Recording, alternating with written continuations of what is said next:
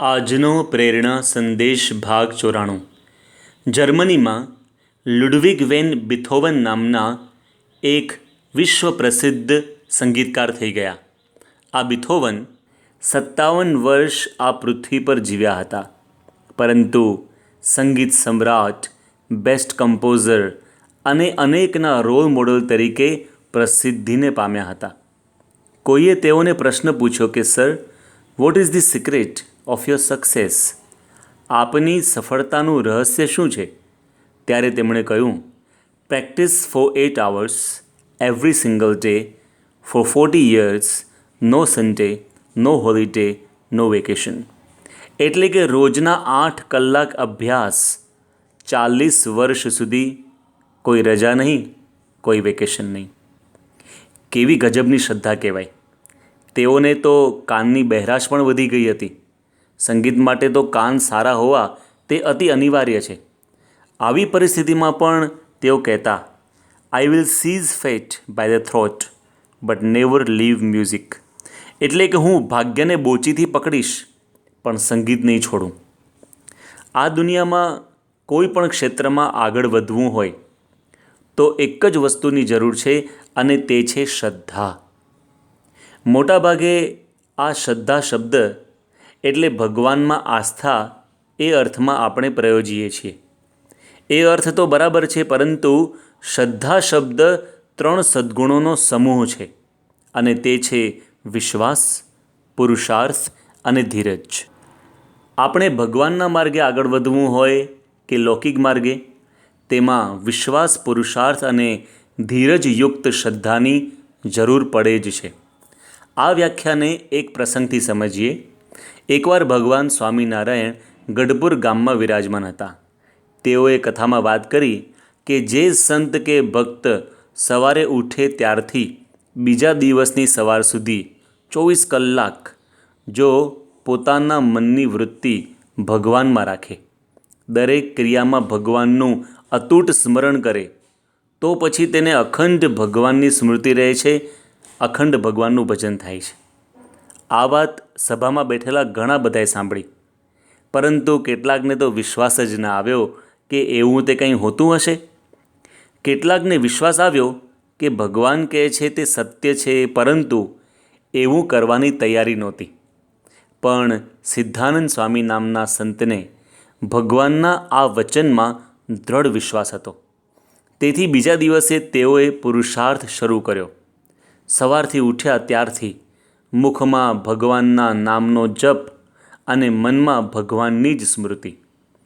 આવું કરવામાં તેઓને બહુ જ કઠણ પડ્યું, છતાં હિંમત હાર્યા વિના તેઓએ પુરુષાર્થ ચાલુ રાખ્યો।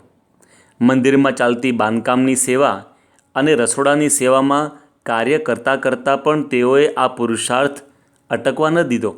સેવા કરતાં કાંઈક ભૂલ થાય ને અન્ય સંતો ઠપકો આપે તો પણ પોતાનું મન સ્થિર રાખીને તેઓએ ભજન ચાલુ જ રાખ્યું, અને એમ કરતાં કરતાં દિવસ તો પસાર થઈ ગયો, પરંતુ રાત પડી તેથી શારીરિક અને માનસિક થાક લાગવાથી ઊંઘ આવશે એવું લાગતા તેઓએ ઘંટીના 2 પડ લઈ ઘઉં દળતા દળતા ભજન અને સ્મૃતિ અખંડ ચાલુ જ રાખ્યા।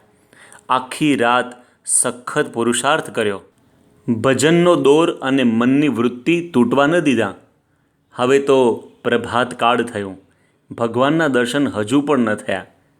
હવે સમય આવ્યો ધીરજ રાખવાનો। ધૈર્ય રાખીને એમણે આ સાધના ચાલુ જ રાખી, અને તેમની આ શ્રદ્ધા જોઈ ભગવાન પ્રસન્ન થઈ ગયા। તેઓને દર્શન આશીર્વાદ આપ્યા, અને તેઓને અખંડ ભગવાનની સ્મૃતિ રહેવા લાગી। તેથી જ એમ કહેવાય છે કે કરે પુરુષાર્થ જે વણ થંભ્યો, કરે પુરુષાર્થ જે વણ થંભ્યો, રાખી વિશ્વાસને ધીરજ, ફળે છે તેની શ્રદ્ધા, ઉગે છે સફળતાનો સૂરજ। પરંતુ વિશ્વાસ, પુરુષાર્થ અને ધીરજરૂપી શ્રદ્ધા આપણા જીવનમાં ક્યારે આવે? તો જ્યારે ઉત્તમ ધ્યેયની સ્પષ્ટતા હોય તો આવી શ્રદ્ધા આપમેળે પ્રગટ થાય છે। જેમ ફ્રેન્ચ ચિત્રકાર રેનવારને હાથના કંપનની બીમારી હતી। તેઓ પીંછી પકડીને ચિત્રો દોરે ત્યારે તેઓને હાથમાં છરી ભોંકાતી હોય તેવી અસહ્ય વેદના થતી, છતાં તેઓ ચિત્રો દોરતા. તેથી તેમના મિત્રો તેમને કહેતા કે તમે શા માટે ચિત્રો દોરો છો, શાંતિથી બેસો ને. ત્યારે રેનવાર કહેતા, pain is temporary, bliss is permanent. અર્થાત વેદના તો થોડી ક્ષણો માટે છે, પરંતુ ચિત્રોનું સૌંદર્ય જોઈને મને જે આનંદ મળે છે તે તો શાશ્વત છે. એનો મતલબ એમ થાય કે શાશ્વત સુખની પ્રાપ્તિ થશે એવી શ્રદ્ધા સાથે થોડુંક સહન કરીને પણ અથાગ પુરુષાર્થ ધીરજ રાખીને કરી લેવો. જેમ ભગતજી મહારાજે ભગવાનના સાક્ષાત્કાર માટે કરી બતાવ્યું તેમ ભગતજી મહારાજે જ્યારે પોતાના ગુરુ ગુણાતીતાનંદ સ્વામીને કહ્યું કે મને ભગવાનનો સાક્ષાત્કાર થાય એવું તમારું જ્ઞાન આપો, ત્યારે ગુણાતીતાનંદ સ્વામીએ કહ્યું કે એ માટે તો મરણિયા થવું પડે તો જ મળે. મરણિયા થવું એટલે કે દેહની પરવા કર્યા વિના સાધના કરવી પડે. સ્વામીના વચનમાં દ્રઢ વિશ્વાસ રાખીને ભગતજી મહારાજે ગુરુની આજ્ઞા પ્રમાણે પ્રચંડ પુરુષાર્થ કર્યો. માન અપમાન, અગવડતા સગવડતામાં ધીરજ રાખી સાધના કરતા રહ્યા. તેઓની આવી શ્રદ્ધા જોઈને ગુણાતીત ગુરુનો રાજીપો થઈ ગયો અને ભગવાનનો સાક્ષાત્કાર થઈ ગયો. તેથી જ ભગવાન સ્વામિનારાયણ લોયા પ્રકરણના 8મા વચનામૃતમાં કહે છે કે જેના જીવનમાં શ્રદ્ધા વધારે હોય છે તે આગળ વધે છે, જેના જીવનમાં શ્રદ્ધા ઓછી હોય છે તે આગળ વધતા નથી. માટે આપણે સૌ જીવનમાં લૌકિક કે આધ્યાત્મિક માર્ગે આગળ વધવા માટે રાખીએ પૂર્ણ શ્રદ્ધા કરીને મન મક્કમ. રાખીએ પૂર્ણ શ્રદ્ધા કરીને મન મક્કમ. ઉચ્ચતમ ધ્યેય પામવા બની શકીશું સક્ષમ. ઉચ્ચતમ ધ્યેય પામવા બની શકીશું સક્ષમ.